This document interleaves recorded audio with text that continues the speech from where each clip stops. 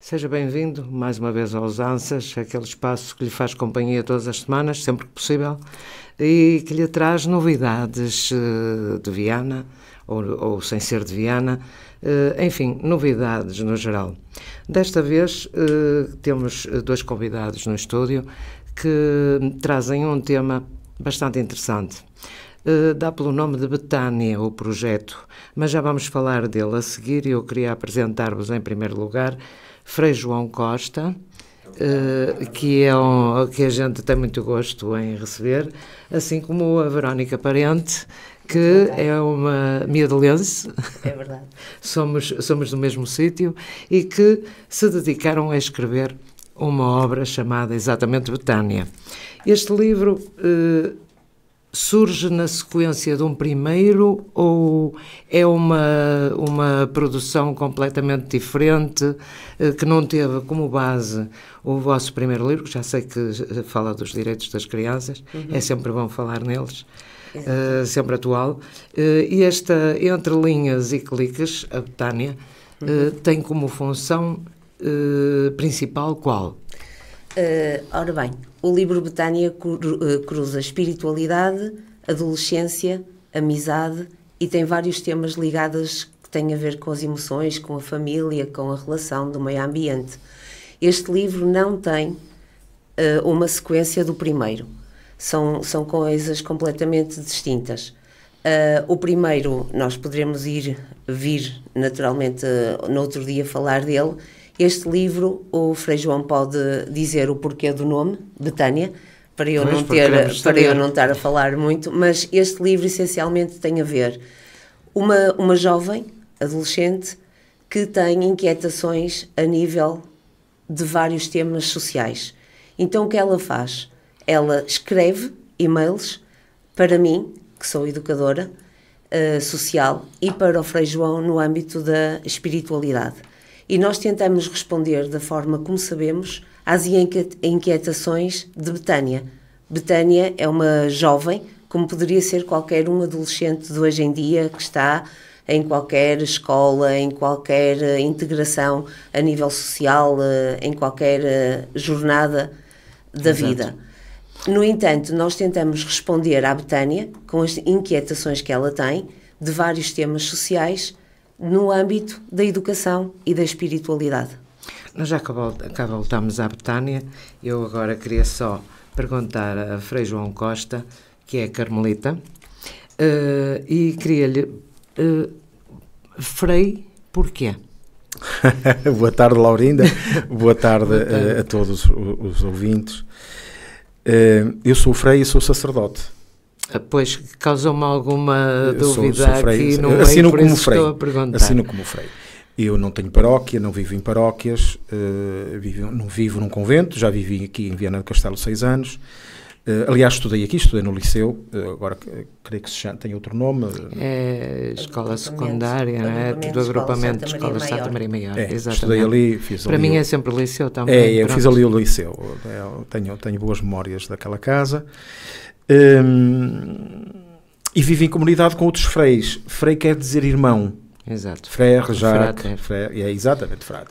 Quer dizer irmão. Significa que vivendo em comunidade existe naturalmente uma hierarquia, uma coordenação que joga com a vida, organiza, mas não organiza, é primos inter pares, não é? É mais ou menos isso que quer dizer. É um igual entre iguais. E nada mais, sou consagrado, sou padre, sou sacerdote, não vivo, não tenho aquele trabalho típico das paróquias, sim, trabalhar com a juventude, trabalhar com os velhinhos, trabalhar com as famílias. Mas acaba por fazê-lo. Sim, noutra dinâmica, sim, claro. Temos uma igreja, naturalmente, e é outro estilo de vida o nosso, mas frei significa irmão. Repare, eu tenho A minha família são cinco, eu sou mais velho, por acaso, mas perante os pais, os irmãos são todos iguais, os filhos são todos iguais, não é? Um pode ser mais velho, mais careca, outro ter filhos ou não ter filhos. Existe a sua história, não é? Cada um tem a sua história, mas os irmãos são todos iguais. Perante o pai e perante a mãe, os irmãos. Pode haver um mais querido, outro porque é mais sofredor, outro porque tem mais jeito, sim, não faço ideia, pronto. Mas somos todos irmãos e é isso. Eu, num mundo em que estamos todos a esticar-nos muito, a puxar-nos muito para cima, queremos todos sermos os maiores, a fraternidade eu penso que faz muito sentido e, portanto, de certa forma, assinar aí, porque eu podia pôr só João Costa, ou no livro, claro, o padre, claro, João Costa, pôr aí Frei é uma certa provocação. É uma certa provocação. Com certeza que poderá ser. Até porque nós estamos numa fase da sociedade em que não há muitos freis.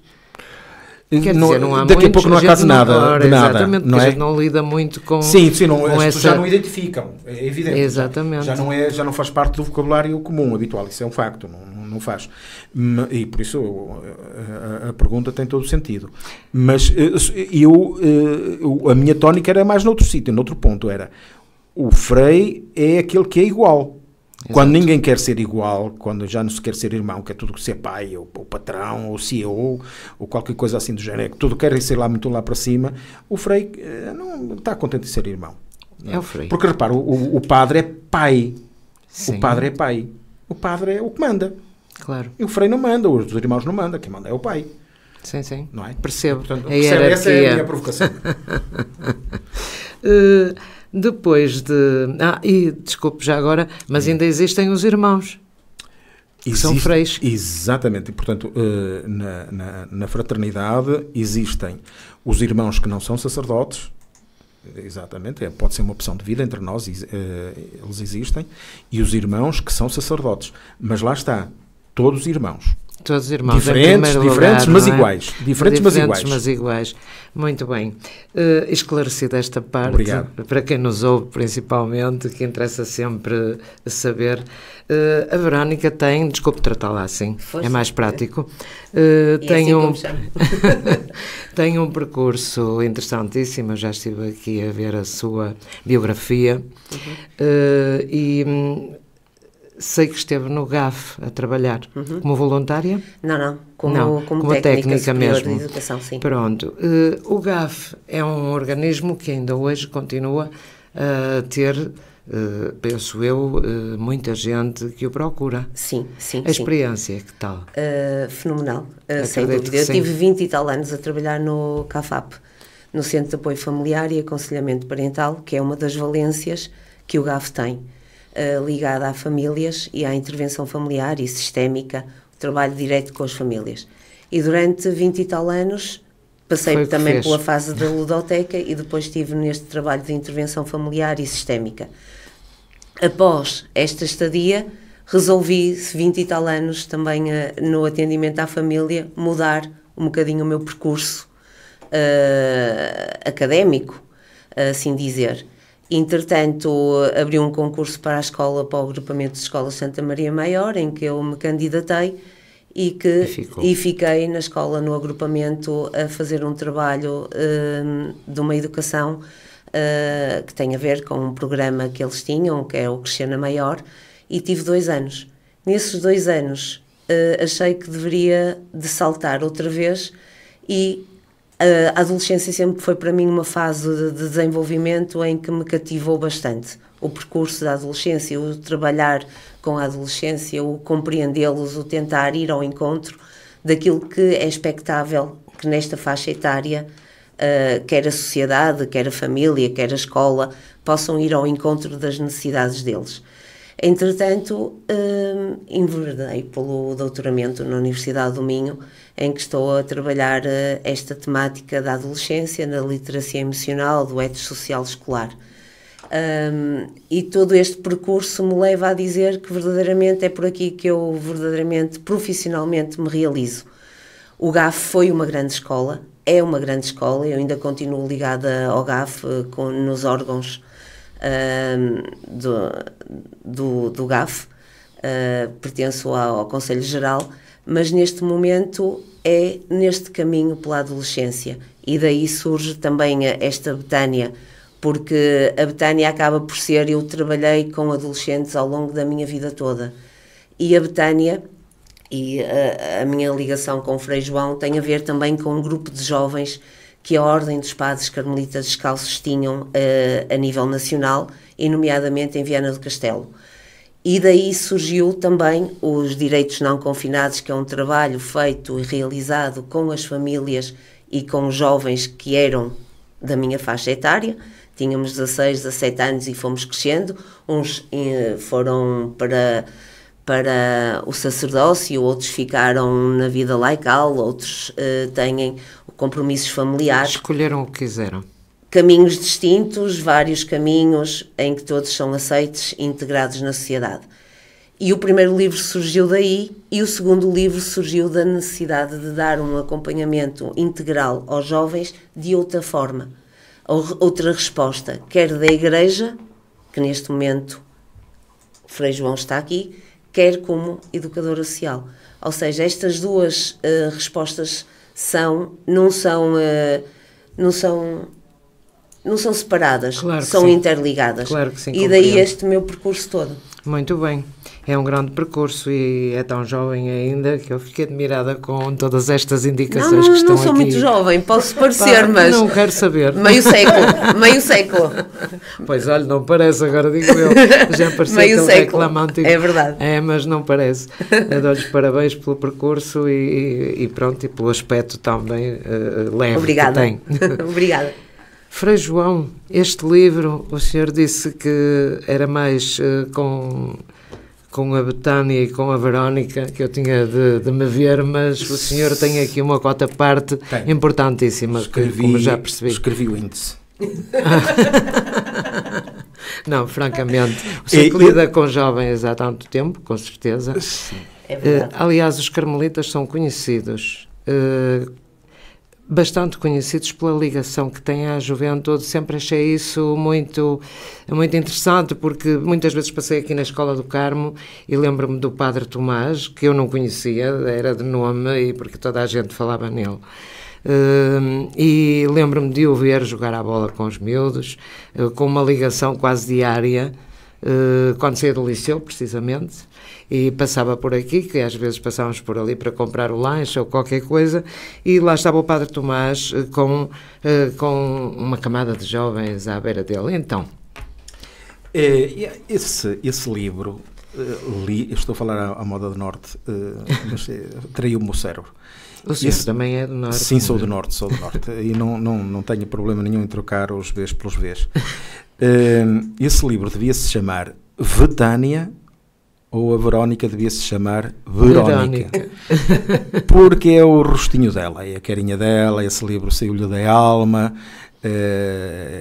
saiu-lhe dos trabalhos dela, mais do que dos meus, dos dela. O desafio é dela, mais do que o trabalho com a Ordem. De facto, ela disse, e é verdade, nós andamos 20 anos no movimento, depois passámos a outra geração, e há ali houve um crescimento humano, um enriquecimento pessoal, nasceram meninos. Foi-se renovando. Portanto, sim, foi-se renovando, sim, vai-se renovando, continuamos a reunir agora noutros formatos. A verdade é que a Verónica tem uma sensibilidade muito própria para olhar, não é olhos nos olhos, para olhar o interior, a alma das crianças, da malta nova. E, sabe, o nome dela é Panda, no grupo chamam-lhe o Panda, que é fofinha. Então correm todos para o colo, abraçam-nos todos e não sei o que mais. Ela, com um abraço, apaga aquelas lágrimas todas, amaina aquelas tempestades todas e não sei o que mais. E um dia apareceu-me com esta ideia de fazer o livro. E pronto, e a Betânia é uma menina imaginada de 12 anos, a Betânia não existe, são muitas meninas, são muitos meninos, que nós achamos... Existe com outros nomes, não é? Exatamente, que nós achamos que o Betânia sintetiza bem os meninos que nós conhecemos, incluindo os das escolas e incluindo os das famílias multidesafiadas que ela acolheu, que ela trabalhou durante décadas. E então... ela surgiu com esta ideia, vamos aqui fazer vamos pôr a Betânia, acho que o nome foi das primeiras coisas que surgiu. Ela escreve-nos uns e-mails que são muito interessantes, os e-mails, são as inquietações de uma adolescente de 12, 13, 14 anos, que é ela, os e-mails são escritos por ela. Mas existe um e-mail, os e-mails são verdadeiros, se usarem ela responde, eu não. Então ela escrevia os e-mails, já para perceber o processo de escrita do livro, ela escreveu os e-mails, escreveu as respostas dela todas e depois injetou para mim. Eu fiquei com aquilo, não pude dizer que não. Pronto. E foi uma coisa interessante. Mas antes de tudo, peço desculpa, Força. É a questão da Betânia. Podia ser Francisca, Margarida, claro, outro nome, mas o porquê de Betânia? E é esta parte que é engraçado de transmitir também. Betânia era o lugar, e isto era a parte que eu estava a dizer que era espiritual, que era para tu falares, que é a questão de Betânia era o lugar onde Jesus se encontrava com os amigos, não é? O lugar em si chamava-se Betânia. Está tudo pensado. E neste sentido é a questão de Betânia é para nós o encontro com o outro. Ir ao encontro de... Percebo. E, ou seja, não é Francisco, não é Beatriz, sim, é Betânia. Porque a Betânia aqui resume o encontro com esta faixa da etária que é a adolescência, claro, esta fase de desenvolvimento. Por isso o livro é Betânia e não é Francisco, Jacinta... Só lhe falta dizer missa. Ou outro nome. É mais neste sentido, o Betânia. E é entre linhas e cliques. Entre os e-mails que a gente vai trocando, entre a vida que vai correndo, entre os desafios que nos são lançando. Há muitos cliques, há muitas imagens que neste momento a internet consome, mas Betânia pode ser este clique, estas linhas, esta vida que é pautada, que nos aproxima também desta faixa etária, que é a adolescência. Muito bem. Continuando. Sim, era isso. Foi a gênese foi essa aí. A conclusão que eu cheguei... Sobretudo é a alma dela que está aí. Sobretudo é a alma dela. Nós temos aqui um tratado de comunicação, portanto... Sim, pode-se dizer que é um tratado... exatamente. Que é um meio a base que ainda é válido, tudo, não é? Não Que é um meio pois, que ainda é válido. Exatamente. O livro eu acho que o livro não passa. Não é? Já diagnosticaram o fim da imprensa escrita, o fim do livro e tal, mas não passa. Não, está atualizadíssimo, É. porque estas inquietações não são de ontem. E repara, São de hoje, serão do futuro. Não, mas eu digo o meio, porque hoje sim. os vídeos e coisas... Sim.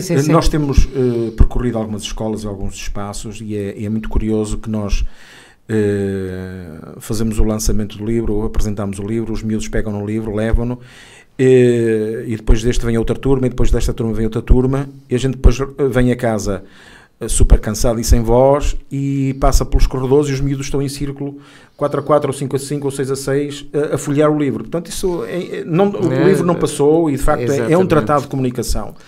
E foi um desafio grande, porque eu já estou careca e velho, não parece, mas estou, eu já não sei dialogar com a malta nova. Ela sim que está muito no meio da malta. Não acredito muito. Sim, mas...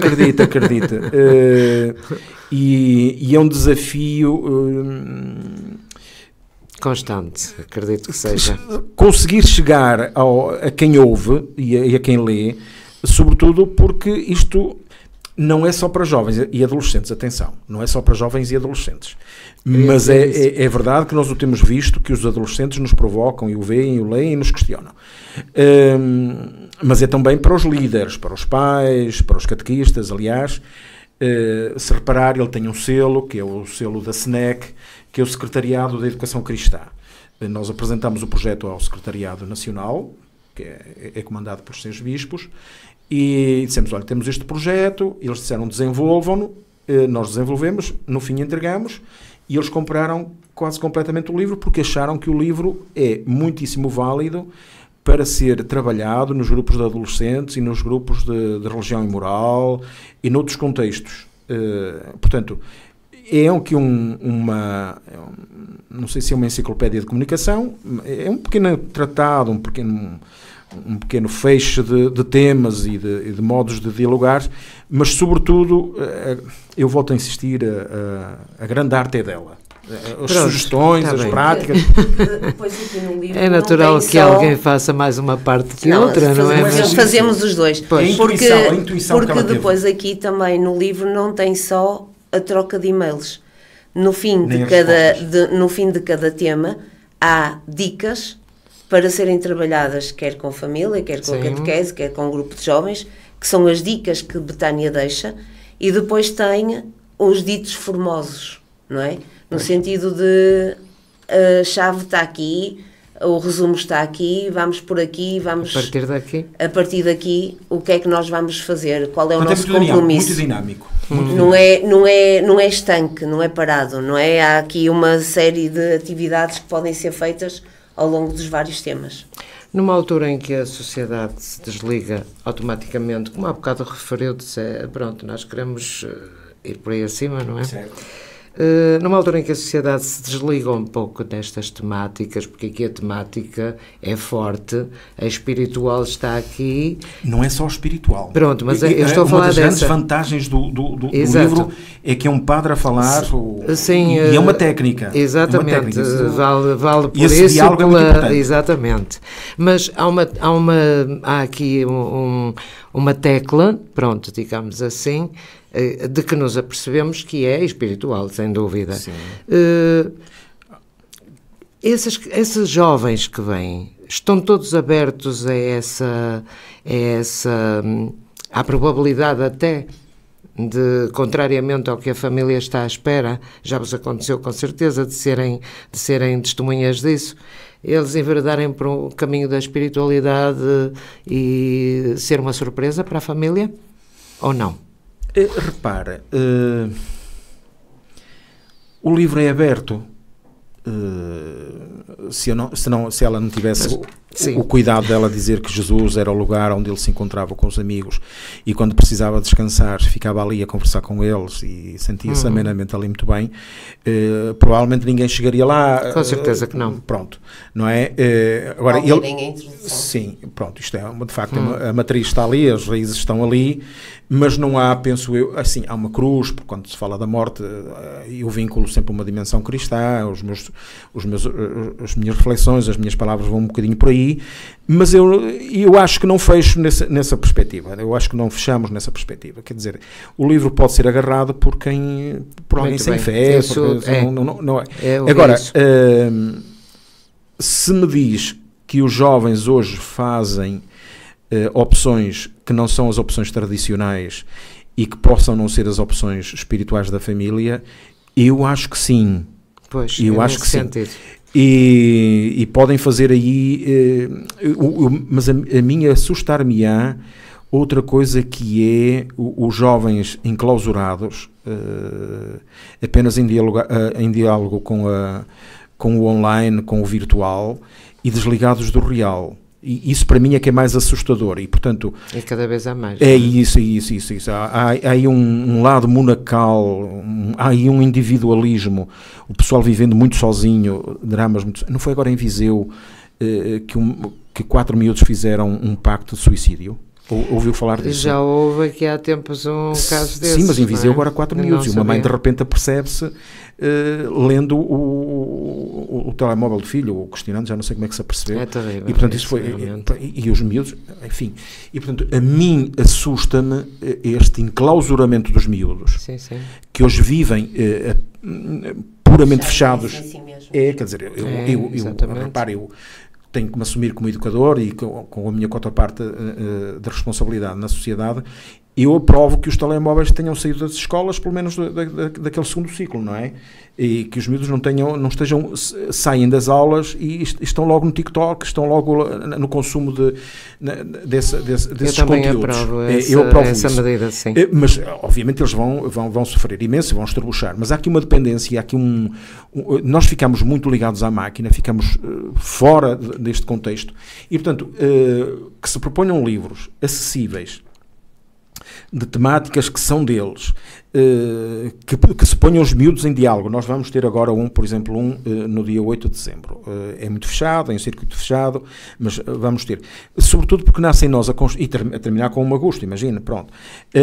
Enfarruscar-nos as caras, porque daqui a pouco não nos podemos tocar, não é? Daqui a pouco não nos podemos tocar. Verdade, os miúdos já não aceitam muito bem o toque. E, portanto, e acho que bem, de certa forma não haja dúvida, mas repare, a mim o que me assusta é ficarmos ultra satisfeitos porque o tempo passou a consumir dados. Isto é terrível. E, portanto, o livro, de certa forma, é também esta denúncia. Porque, repara, sorte das famílias e das comunidades em que os seus juvenis podem reunir-se e debater. Não é concordar.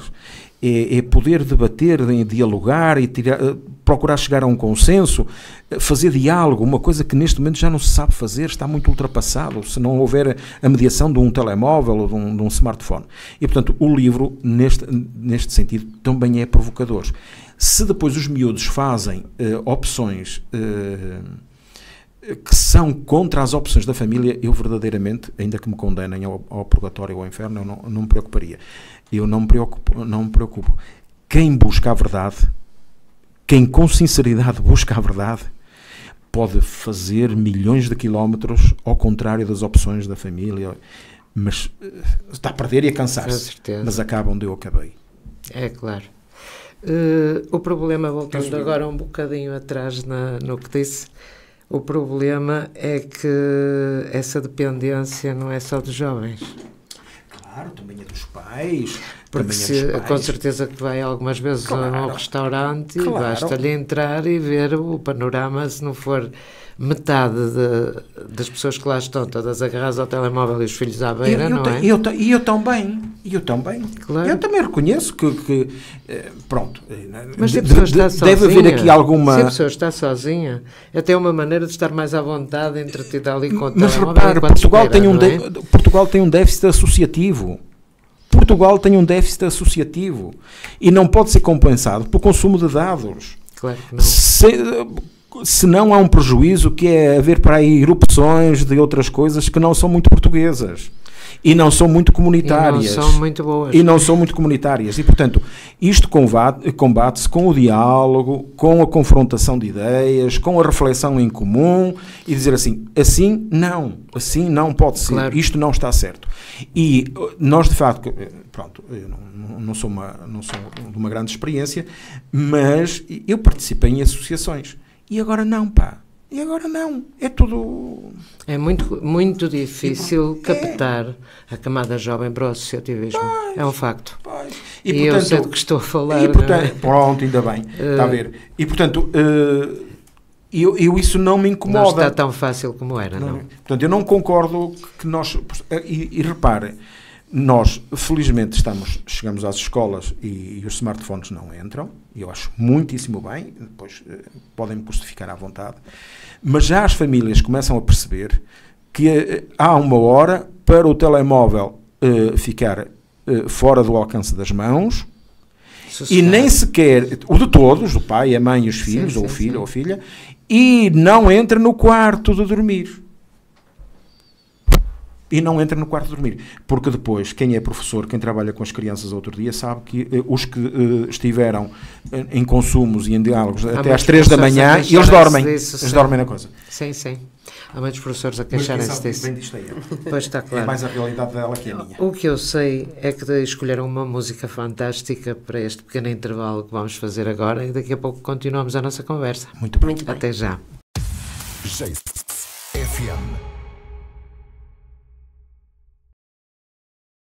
De volta à nossa conversa, estamos aqui num debate a três não, porque quem nos está a ouvir também entra no debate e tem a sua opinião sobre a juventude. É um tema que nos preocupa e estamos a falar com o Frei João Costa e com a Verónica Parente, que nos trouxeram um livro interessantíssimo chamado Betânia, Entre Linhas e Cliques. Já lhe disse, falamos da juventude, da sua problemática ou não, Por vezes são coisas simples que a gente pensa que são muito grandes e conseguem resolver-se facilmente, outras nem por isso, mas é por isso que também dá um certo interesse criar um livro destes e depois discuti-lo com quem lá está exposto, no fundo, não é? Que é a juventude. Esta capacidade que têm de falar do bullying, da alimentação, dos telemóveis, da vida familiar, penso eu, que se aborda aqui também. Eu não li o livro todo, confesso. Isto tudo são temas que deveriam ser falados na família, certo? Sem sombra de dúvidas. Mas não são. Muitas vezes sim. Muitas vezes sim, mas uma grande parte também não é. Não é. Porque eu sei que são temas que por vezes os pais foram educados de outra maneira e por vezes é difícil também porem-se no lugar dos filhos. Ou então tornam-se uns guerreiros. Ser empáticos, não é? E calçar o sapato do outro. Ou então tornam-se uns guerreiros e vão tirar satisfações e matam toda a gente, entre aspas. Qual é a solução para essas situações? Como uma pessoa experiente que já passou por tantas instituições, não é? Ou por tantos casos, como se combate essa atitude paternal de defesa agressiva, digamos assim? Eu acho que a fonte de tudo deveria de ser o diálogo, não é? A relação. Pois. A relação que se cria com o outro. E a empatia do pai, a empatia dos filhos e a comunicação acima de tudo. Eu acho que a base da família deveria estar aqui, na relação e no saber ouvir o outro e ter o espaço. E cada um tem o seu espaço dentro da família, não é? Cada um ocupa um lugar, ocupa um espaço. E muitas vezes isto não acontece. Há hierarquias, não é só na vida religiosa que Frei João falava, não é? Há hierarquias dentro da própria família que acaba por abafar uns em detrimento de outros. Claro. E eu acho que a base de tudo deveria de ser a relação e a comunicação, que não existe. E muitos adolescentes vivem com o medo, com o receio e veem o pai como uma figura de autoridade e não numa questão próxima. Ou o contrário. Ou muitas vezes subalterna e muitos pais ficam por aí. Eu acho que cada caso é um caso, não é? E isto não é uma frase feita, a verdade é esta, cada família tem o seu... não temos todos o mesmo cada família tem o seu sistema familiar e muitas vezes aqui é difícil, caso a caso. Por isso surgiu aqui há uns anos uma obra que se chamava O Pequeno Ditador, que é precisamente um alerta, penso eu, já li o livro há tanto tempo que tenho assim uma vaga ideia, um alerta precisamente para essa inversão de valores, de não ser a criança a dispor, no fundo, era uma chamada de atenção para não chegarmos ao caso de ser a criança a dispor da vida dos outros.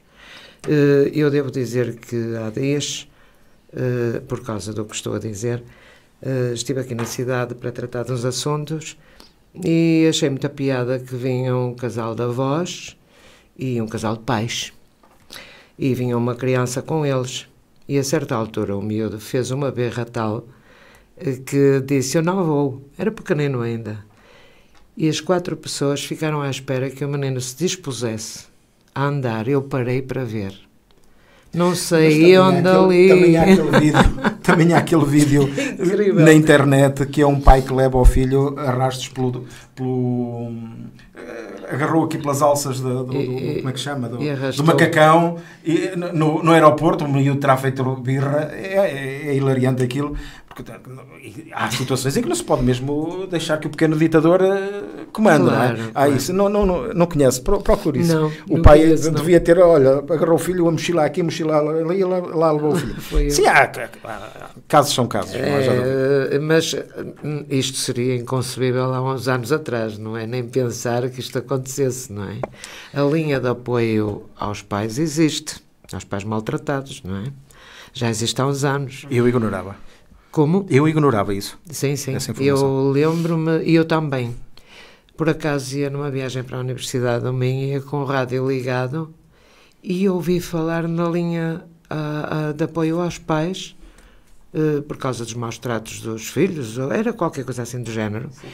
E eu fiquei tão admirada que eu cheguei lá e levei o tema para conversa.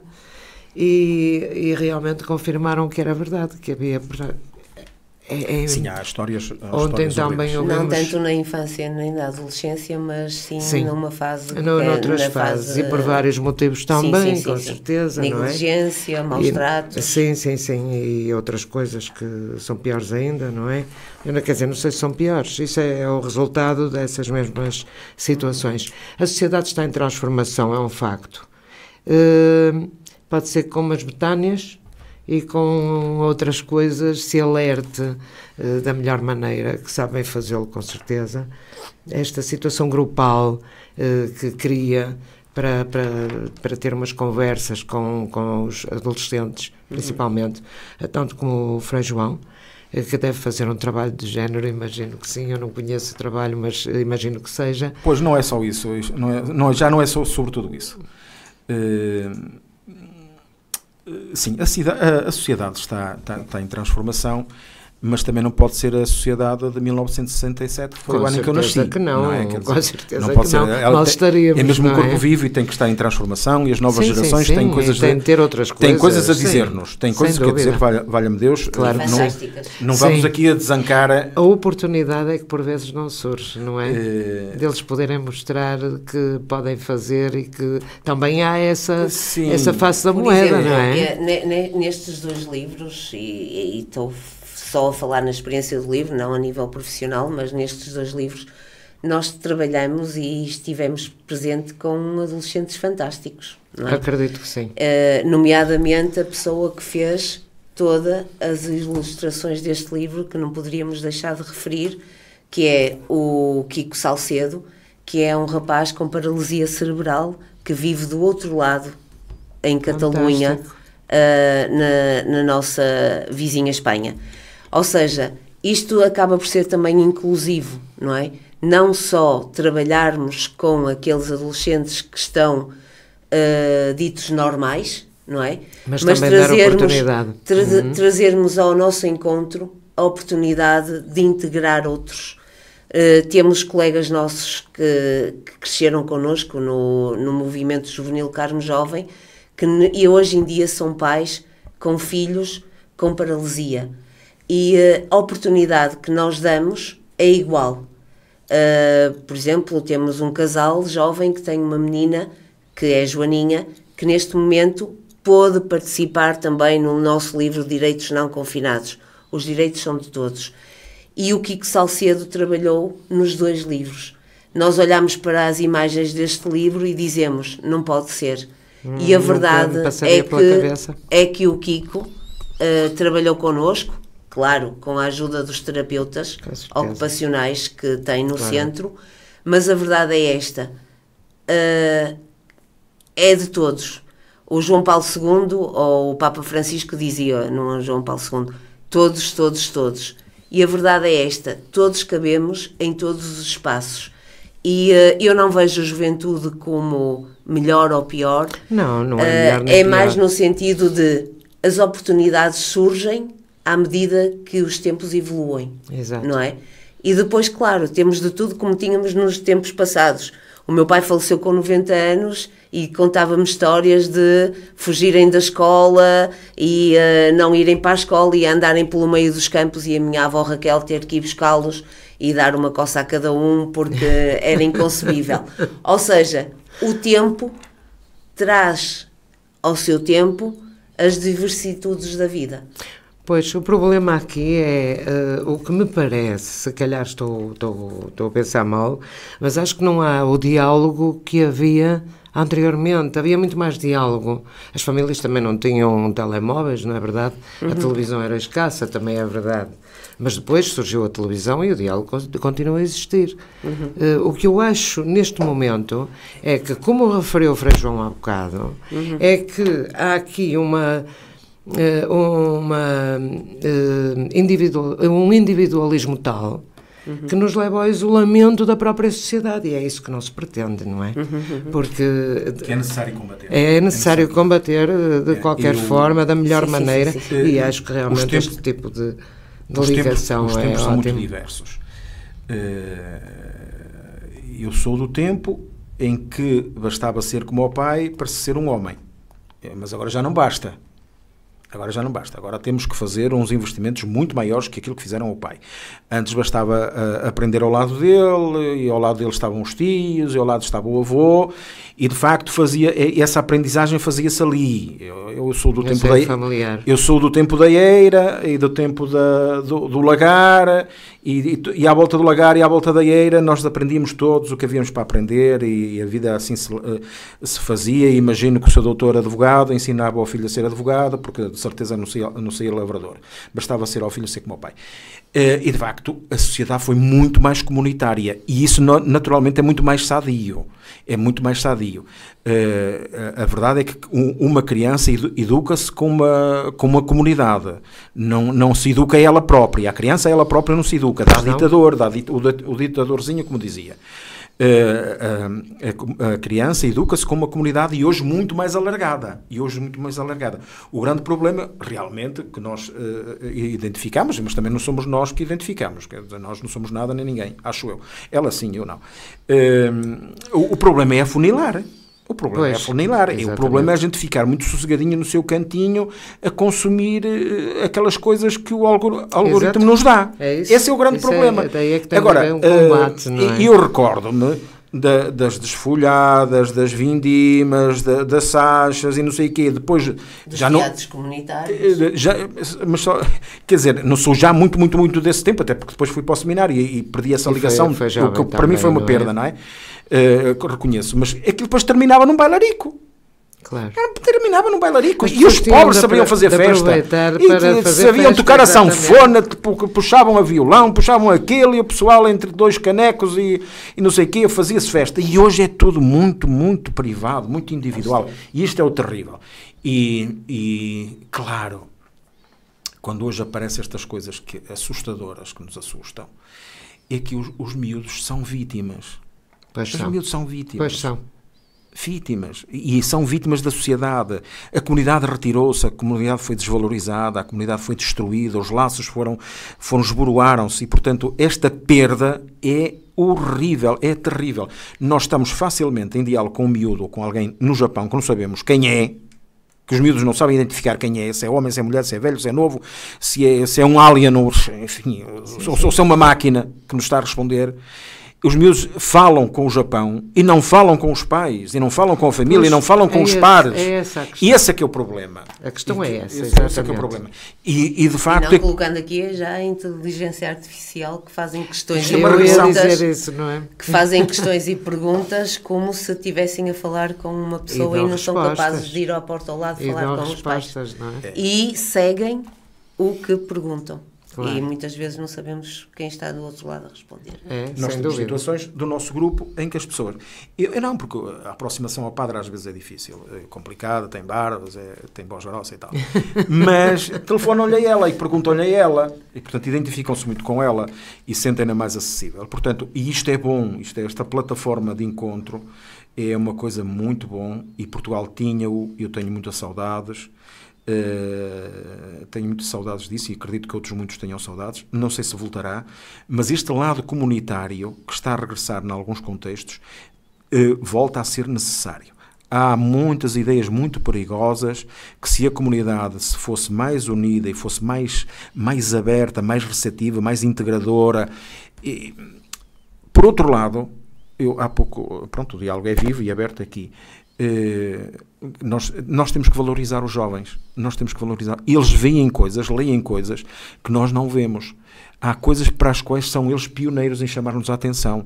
A defesa da natureza é feita sobretudo pelos jovens, e os que hoje a fazem despertaram para ela enquanto jovens. Nós, enquanto velhos, pelo menos eu, Deus me perdoe. Mas aí também a escola tem um papel predominante. Claro, exatamente. E pega, mas realmente. tem de ser. E portanto há aqui dimensões da pessoa, e da relação que não é só com as pessoas, Sim, então sim, com os bichos, com a natureza, isto é necessário. É preciso ser explorada, sim. E isto é um crédito que é das novas gerações. Claro que estimulados e animados sim, por quem? mas se não gostarem não fazem, não é? Ou se não quiserem não fazem. Isso, mas a verdade é que colaboram. Mas são e eles, gostam de fazer, são eles os grandes agentes. É, sim, senhor. Essas atividades parecendo que não levam pronto, lá está, a estarem em comunicação com os outros, e é o fundamental, como já chegamos à conclusão. Eu imagino que o livro que eu não conheço seja bastante interessante no sentido dos direitos. Estou curiosa. Esta congregação a que pertence, que as pessoas não conhecem muito bem, é por isso que eu estou a fazer algumas perguntas, tem aqui uma parte que diz que vivem em comunidade, seguindo uma mesma regra e fazendo votos de pobreza, castidade e obediência. Ainda é assim? E quanto tempo temos, Celso? Não, mas 5 minutos só. Não pode ser. Isso é uma armadilha. Assim, isso é uma armadilha. Isso é uma armadilha. É definição de Frei. Não, mas eu precisava de 5 anos para explicar isto. Acredito. Sim, ou mais. Sim, ainda é assim. Para dizer assim tão rápido. É mesmo assim. Mas isto ainda continua a obedecer a estas 3 regras? Continuamos, é uma vida fraterna onde nos pertencemos uns aos outros. Aquilo não é anjos, aquilo não é Deus e os anjos, percebe? Com certeza, aquilo cada um é um. Cada um é um e pronto, não precisamos de arregaçar as mangas. Respeitam-se uns aos outros, pronto. Não, discordamos, mas isso também é um certo... negociamos. Repare, eu não sou de Viana, vivo em Braga, vim de Braga. Tenho um sacerdote comigo, um frei que tem 83 anos, vai fazer agora, portanto muito achacado já. Tenho um que na reforma agora chegou aos 67, acho eu, tem 67, sou eu que tenho 58 e está um com 37. Portanto está a haver 4 homens de visões visões do mundo, visões da família, visões da realidade, da comunidade muitíssimo diferentes. E, portanto, sentados à mesa, aquilo é uma bênção. Primeiro temos com quem conversar. Se um está mais rabugento, se outro está mais silencioso, aquilo é algum puxa. Temos um que é falador, que é ali de Alvarães, o homem fala da terra dele, promove que é o centro do mundo. E, portanto, mas de facto é isto. Repare, de facto, somos irmãos, somos uns dos outros, que é o que significa, eu não tenho conta bancária, eu não tenho dinheiro, eu tive que lidar durante 3 anos com os dinheiros da comunidade, que também não são muitos, e eu nunca tinha metido um cartão na máquina, estava sempre com medo que aquilo não me cuspisse cá para fora, pronto. Mas digo que nunca foi o meu trabalho, repare, eu não tenho problemas de dinheiro. Mas também, de facto, vivo com muito pouco. Pouco. Temos de entender aqui a pobreza, que não é pobreza de mendigar. Exatamente, é de posse e de gestão de bens. E, portanto, amanhã dizem-me, pega nas tuas trouxas e vai para ali. Eu vou para ali, e depois além, olha, és necessário acolá, eu vou para acolá. Portanto, tudo isso que pôs dos votos significa essa disponibilidade para sair, percebe? É isso. No fundo, baseia-se tudo quase na obediência, não é? Estar disposto sempre a mudar de sítio. Mas a obediência é uma coisa gira, sabe? Que não é muito... Também acho que sim. Não estou a dizer que... Não é muito deste tempo, mas a obediência não é assim. Olha, vai para ali.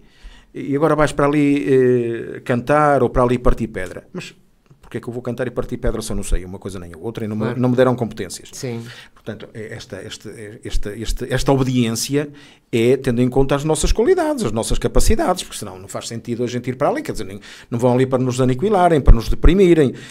Nós somos homens e mulheres, porque isto também existem mulheres, as comunidades... Mas dentro das nossas qualidades e dentro do que podemos oferecer a uma comunidade mais alargada para além de nós.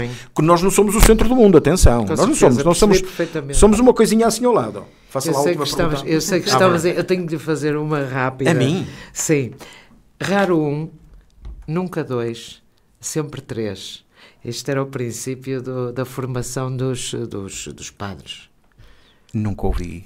Nunca? Está a ver, sou moderno. Engraçado. Raro um. Raro um. É ótimo, mas está bem definido. Nunca dois. Nunca dois. Sempre três. Sim, isto apela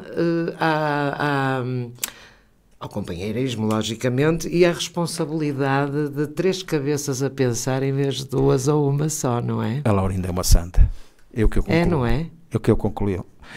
Depois para o segundo livro nós conversamos mais sobre isso. Mas é uma santa, não tenha dúvida. É engraçado, porque isto é conhecido. Mas, olha, por acaso eu desconhecia. Raro um, nunca dois, sempre três. Faz todo sentido. Julguei que ainda se aplicasse hoje. Isto era uma norma mais antiga. Onde é que aprendeu? Com o meu pai. Ai, com o pai. Que era uma pessoa que se questionava por variadas coisas. E que antes de estar contra ou não ir por determinado sítio tinha de saber porquê. Pois, repara. Está tudo dito, não está? Está. Repara, nós não nascemos para estarmos sós. Claro. Foi preciso encontrar uma companheira para o Adão e sim, o Adão, não é? Não, exatamente. E depois não ficaram só eles os dois. Está tudo aí. Muito bem. Verónica, uma última palavrinha para esta dimensão humana a que está habituada. Neste momento trabalha onde? Rapidamente. Neste momento estou a fazer o doutoramento. Sim, não está pois já tinha dito, exato. Mas qual é o próximo projeto? O próximo projeto tem a ver... gostaria de... Um deles, não é? O primeiro e o maior de todos é terminar o doutoramento e ir ao encontro das propostas que me pus na Universidade do Minho. E, paralelamente a ele, tenho um livro a sair daqui a X tempo que tem a ver com histórias para adolescentes. Estamos à espera. Para adolescentes. Está bem. E outro dos projetos é continuarmos nesta dualidade em pôr o Carmo Jovem, o movimento Carmo Jovem em andamento, noutro sentido. É uma fase marcante na juventude, portanto podem se sentir contentes por continuar o projeto, porque realmente há muita gente da minha idade que fala no tempo que passou no Carmo, portanto fica para a vida, não é? E é isso que se pretende. Muito obrigado e disponha. Eu é que agradeço, Muito obrigado. Eu agradeço imenso a vossa disponibilidade, espero que a gente se encontre mais vezes e quando sair o próximo livro não se esqueça que a gente está aqui, está bem? E é uma vez que tem curiosidade, o direito das crianças o faremos chegar. Sim, tenho curiosidade e gostaria que cá viessem falar sobre eles, está bem? Muito obrigada. Fica para uma fase mais para a frente, para o futuro. Muito obrigada, foi um gosto e bom trabalho a partir daqui, mais uma vez. Quanto a nós, já sabe, o encontro está marcado para a próxima semana, não falte, porque sem a sua companhia, já sabe, eu digo sempre isto não era a mesma coisa. Fique bem. FM